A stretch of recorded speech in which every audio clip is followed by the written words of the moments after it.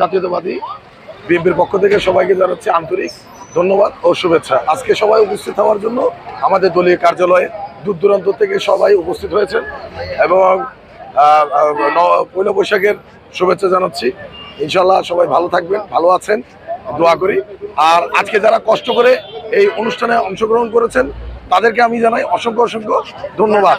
আমাদের এই দল যাতে আগামীতে আরো শক্তিশালী হতে পারে এবং সবাই একত্রিত হয়ে একসঙ্গে আমরা কাজ করতে পারি এবং দলীয় নির্দেশনা মেনে আমরা যাতে দলের সুনির্দিষ্ট নির্দেশনা যাতে মেনে সমস্ত অনুষ্ঠান পর্যায়ক্রমে পালন করতে পারি এবং এলাকার যাতে সমস্ত দূষরকে আমরা বিদায় করে আবার সুনিশ্চিত একটা সুন্দর দেশ তৈরি করতে পারি। এই বছরের একটা 2025 সাল, এটা এই 25 সালের মধ্যে আমরা চাই একটি সুন্দর দেশ, চাই একটি সুন্দর রাষ্ট্র, চাই একটি সুন্দর নির্বাচন।